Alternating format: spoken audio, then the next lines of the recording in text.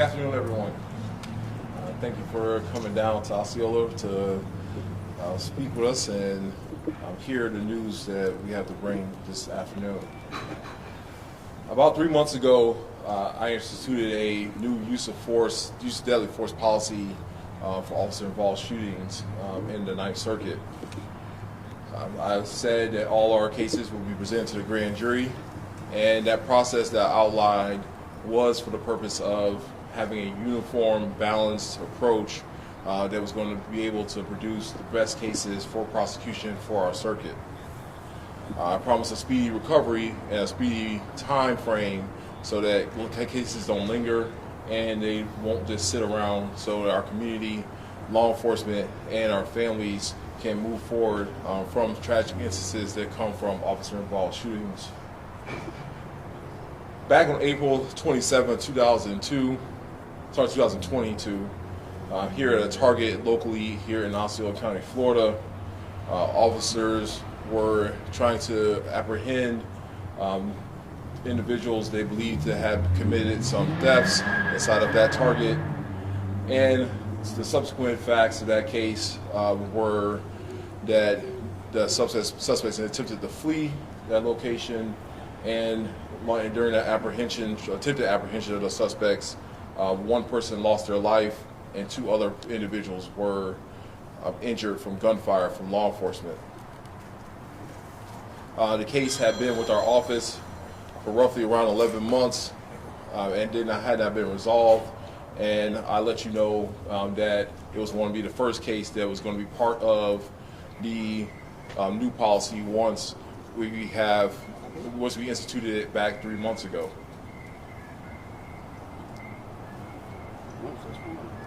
After hearing the witnesses and the evidence, the grand jury did not believe that charges should be brought against the 2 officers involved in the shooting of the individual that passed away, Mr. Baez, and the 2 other individuals that were shot by law enforcement that day.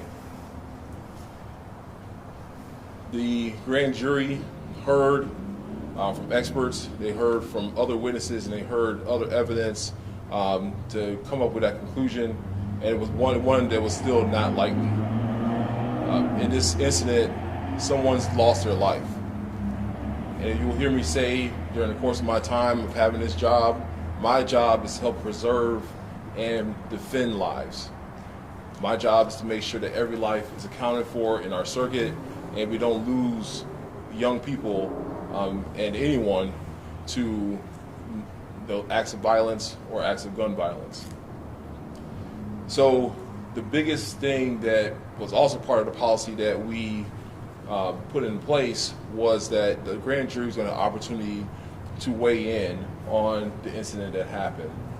That process is going to happen in the next few months, and they'll be able to present their findings and investigation to you all on ways that they believe that law enforcement can help preserve lives and what we can do as a community to prevent the loss of life from incidents like this. Officer-involved shootings have a tremendous effect on our communities, both psychologically, physically, and emotionally for all those involved. That's from the victims' families, from law enforcement, to other community members, and we have an invested interest when we take an oath to protect the public from harm, that we are not contributing to that harm in the same process.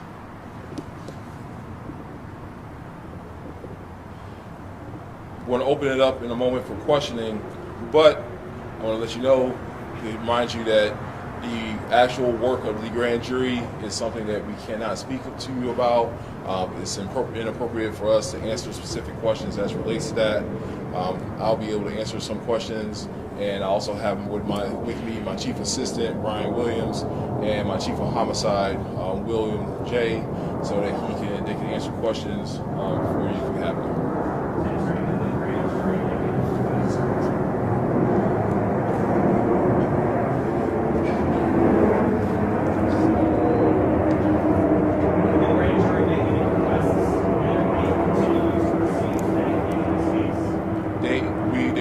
Proceeding with the second presentment phase of that was outlined in the policy.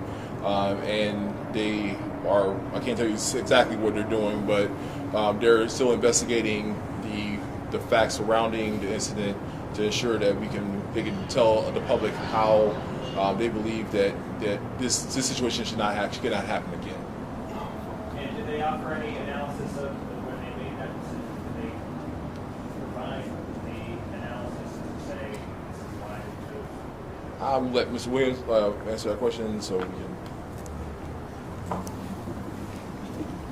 The grand jurors we don't ask them, and they don't provide reasons or have to provide reasons why they made the decision they did, and even if they did, we wouldn't tell you because it's a secret proceeding.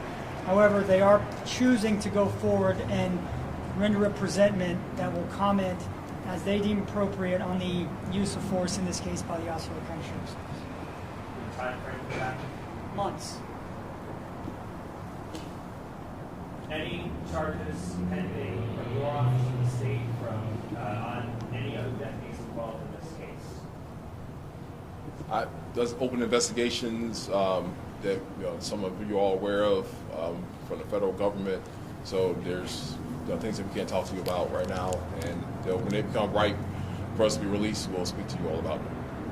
Now, do you plan to provide documents and video evidence that was requested by federal investigators looking into the conduct of those deputies in that day?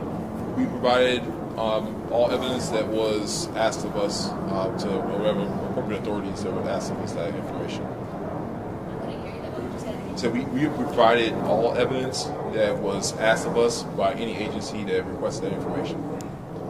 Now that you've been through this process with this one case, have you learned anything from the decisions that you've made? Are you modifying anything for future cases? What's your analysis of the new policy in your office? I feel that it was a fair process. I feel that we took great care to make sure that we were going to present an objective case to the grand jury, and that we were going to continue to tool that as it goes forward. So with each set of facts is different. This is a very unique set of facts when it comes to this type of case. The types of evidence that we were looking at.